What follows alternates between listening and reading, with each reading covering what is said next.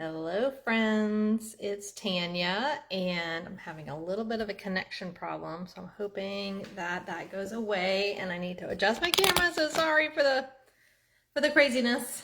All right, so we're here. It's Tuesday. It's a week before Christmas. Well, a week and a day technically, but many of us start celebrating the day before or even before that. My family included. So happy Tuesday. It's Tanya with Sweet Tea Stampin' Spot, like I think I already said. And I am here to do a quick video on a tool that I think everybody should have. So I hope you're having a great December. Again, it's the 17th already. Next Tuesday is Christmas Eve. I don't think I will be live next week. We do a big family thing on Christmas Eve typically, and I'm usually cooking. We have a Christmas Eve dinner, so I am probably not going to do a Facebook Live next week. The following week will be New Year's Eve, and I probably will do one then. So I might not see you next week, but if not, Merry Christmas. And I will definitely plan to hop on here New Year's Eve at some point during the afternoon. Everybody will be home for the week, and so it'll be a little crazy around here in my house, but it'll be fun nonetheless to have everybody off of school, and my husband took some time off of work, so we'll enjoy each other's company for a little over a week together. So anyway, so I just wanted to pop on today and give you one of my favorite tools that Stampin' Up! Has. And I definitely encourage you to get one if you don't have one. They're very inexpensive, but for me, it's like the best little tool to have in your crafting bag. And again, it's not something you have to use just for stamping.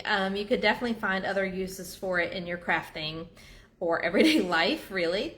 I actually probably need to get a second one. I feel like I'm always putting it down somewhere, and I do have a spot for it in my studio and at my workstation, but it floats around quite a bit. So I think I'm ready to get a second one. That's how much I use it and how much I love it. So let me get my phone turned down. If you're watching me live, let me know and say hi. If you're watching a replay, I love to know where you're tuning in from. I know the other day I had someone watch one of my videos and it wasn't live, but she tuned in from Michigan. So hello out there. It's fun to see people watching at different places, different times. And that's the beauty of these videos, is that you don't have to see me live or catch me live. You can always catch a replay. But I do leave the videos here for you to see, and I sometimes share them in my Facebook group, the Sweet Tea Stampers Community.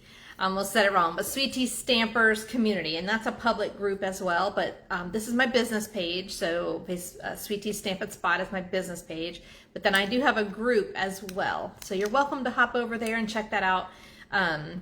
It's more open for anybody, and then I have one for my team as well. That's a different one. That one is private. So thank you for joining me, and let me get my phone flipped down so I can share my Tuesday tip with you today. Give me just a moment to get everything situated here on my desktop. And hopefully, I might need to zoom out because I was zoomed in. Now I'm zooming back out again.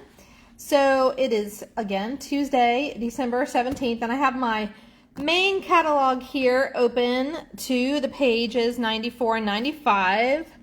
I'm not exactly straight here, but that's okay. So page 94 and 95 of the catalog is kind of an ideal, very neat and clean example of a crafter's desktop area with all kinds of fun things. But one thing I wanted to point out is number 9 right here. This is like one of my favorite tools Stampin' Up! Has. And number 9, it's called the Take Your Pick tool. So if you go down to this page 95 at the bottom, you'll see Take Your Pick tool. It's item number 144107. I will add this into the description of the video. It is $12 in the US, and it's one of the best tools you can have. So, you know, the Swiss Army knife, the Gerber tool, multi-tools, all those kinds of fun things. This is kind of like the Stampin' Up! Version of that. So I'm going to show you a couple things I use it for. There's also some add-ons. So of course you've got the main tool, is number 9, and then you've got an add-on for crafter tips. Those are some additional tips, and that's number 8. But that's quite a few extra pieces there. I don't actually have that one right now. There's a refill for the putty, and I'll talk about the putty in a minute. That's $5 for 2 refills. And then there's also the die brush tip, which you can, my catalog, because it's spiral bound, it's hard to see it, but it's number 7 right there in the center of the catalog. So I'm going to show you some of these things and show you what I use them for. And again, if you use it for something that I'm not pointing out, please feel free to share in the comments. I love it when people share their thoughts or opinions, usually positive, hopefully, and ideas on how to use things or ways to use things. I love that idea of sharing different tips and tricks. So again, this is the main catalog, page 95. Then 94 is the layout of the page, but number 9 is what I'm sharing with you today, and that's the Take Your Pick tool. So this is what it comes with, the original Take Your Pick tool. So the $12 purchase. It's going to give you on one end, and it has this little cap. This is the putty end. This one you can buy a refill for, and I'm not going to take it off, but it just unscrews right there. And you'll see this little bluish, grayish putty.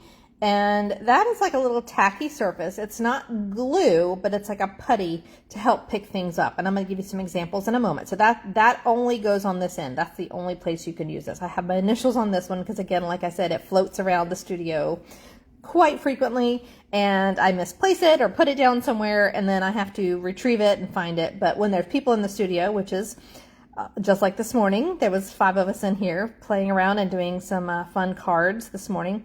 So I do encourage you to put initials or some kind of signature on it, or ribbon or washi tape or something to know that it's yours. But the putty end is one end. I'm just going to leave the caps off. And then the other end, and this, again, like I said, you can buy replacements. And the replacements are $5 for 2 of them, which is a lot. They last a good while, but you don't want to have them too long in limbo. You want to use them, and you just peel this off in just a moment. I'll show you that example. But that's the only thing that goes on this end. On the smaller end, this is interchangeable, and it actually comes with 4 different tip choices. So you've got kind of, you'll see the lock and unlock there, and you just rotate to unlock and lock into place. So you've got this kind of like a little palette piece here. It's metal, and then if you flip it and rotate it and put it in and lock it in, you've now got a little poker tool or pointer piece. It's piercing. That will pierce. So definitely, if you're going to be using this tip, make sure you're using a surface that is not damageable, or that's self-healing, or some kind of mat underneath when you're using the piercing tool. Then it also comes with this dual-tipped scoring piece. And it's a smaller and a bigger one. So if you have a scoring tool, or if you're going to use this in place of a scoring blade, you've got the 2 choices of sizes. So there's the smaller one. I don't know if you can see that. Smaller one. And then there's a bigger one. And I don't know the exact diameters of those little scoring pieces, but you'll get the idea. So I am going to show you a couple different things that people use these for. And then I do have the die brush tip add-on, and this is how it comes in a little box like this, and it comes with this piece. And this is the other reason I think I want a second one, is because I want one that always has this on it, which this has to replace the putty end. Because you'll notice it's got a wider barrel there, so it's not going to use this lock and unlock mechanism. You're going to have to use this part here. So I do want to get a second one to use this. Now I do have one of these little brushes, and this is a die brush from a different set, but then it comes with a nice little foam mat. Sorry, that's so loud. But this is a nice foam mat. Actually, there's 2 of them in here. So if you've die cut something out, let me give you an example.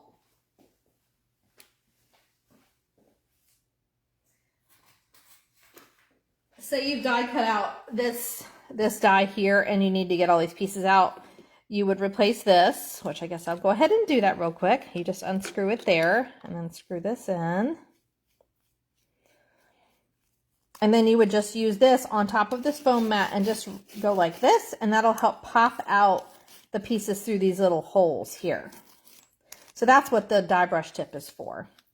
But it comes with the foam mats and you have to replace your putty tip with the die brush tip or add-on. So let me put this back in there. And you'll notice I'm not squeezing it all the way closed because this actually, as you squeeze it, more is going to come out of the tip. So I don't want to do that unless I need it. All right, so let's talk about how I use these pieces. So these are definitely good for getting embellishments off of a sheet where there is adhesive already on them. Also, if you have glue dots that are maybe on a sheet that maybe came in a kit or a paper pumpkin versus the ones that come on the roll in the box, this little palette end is great for picking those up to place on your project. So if you're going to take this, pick it up, put it on your project, and then add your bling to the project or add your ribbon to the project, this little palette blade is great for that. And then, like as an example, I also will use, some people use the pointy end to do that as well. It's just a matter of what you prefer. So if you wanted to pick up a glue dot like this with the pointy end, you could do that. You do want to wipe these off because if you do use them on things that have adhesive, they may get adhesive there. So you might want to clean that periodically. But as an example, I made this box as part of my Super Saturday class earlier this month. And I just made the box real simple and then showed them a design, but I also encouraged them to add a little bit of bling. So what I would say do is use the palette end to add some bling. And I actually like this brownish one because we've got that pecan pie color. So I'm going to add a little bit of the brown one so you can use your little palette piece to pick them up from the sheet. This way you're not fussing with the little detailed pieces in your fingers. So we'll add just a couple of these around and do one more. Oh, I'll show you a different way. So that's one way. You could use the palette end. The other way is to use the putty end. So the putty end is also great for picking up things like this. So you just take the end with a little bit of putty sticking out and I put it down on the embellishment and then slide it and it almost picks it up. And now you can pick it up and place it where you would like so. And then you just make sure it's secure on there. So that's how I use the putty end. And then as this gets used more and more, it'll dry and get a little bit, it won't be as tacky. So then you just peel off that. I'll just go ahead and show you as an example. Peel off what's right there at the tip. So I've got a little teeny piece of putty there that can go in the trash. And then you just barely rotate and then putty will start to ooze out a little bit more. And you know, it's all in this little cap part. So let me just squeeze it a little bit more and I can start to see it coming out right there on the tip of the putty end. And then I would be able to use that again and just start picking up bling or embellishments. And see, you can already see it kind of oozes out. It just takes a second and then it oozes right out there. Let me show you so I can see that. And then that's your little putty end to use on that end. Definitely keep the caps on these when they're not in use, especially if you've got the pointy end engaged there. But that's my tip for today, is that take your pick tool. One of my favorite things, again, is this take your pick tool, item number 144107. It's $12 US, and there's lots of things you can do with it. So again, if you have one of these and love it and have some other uses for it. Oh, I did want to mention one other thing. Some people have a hard time picking up the dimensionals as well. So I've seen people in my classes, I don't personally do this, but I know it is helpful. They'll use the pointy end and basically stab, if you will, stab the dimensional and pick it up like this. And I probably did not just do the best example. Nope, did not do it. they pick it up like this so that they don't have to fuss with the fingers. As we get lose some of the dexterity in our fingers, sometimes we need a little tool to help us, and the Take Your Pick tool is perfect for that. So I encourage you to get one of these if you don't have one, and make crafting that much easier for yourself. All right, everybody, have a great rest of the week. Merry Christmas. If I don't pop on here before then, maybe I will. You never know, but I definitely will not be on next Tuesday, December 24th, as we will be doing Christmas festivities with my family, Christmas Eve festivities with my family, and I wish you all the best, and we'll see you soon. Bye-bye.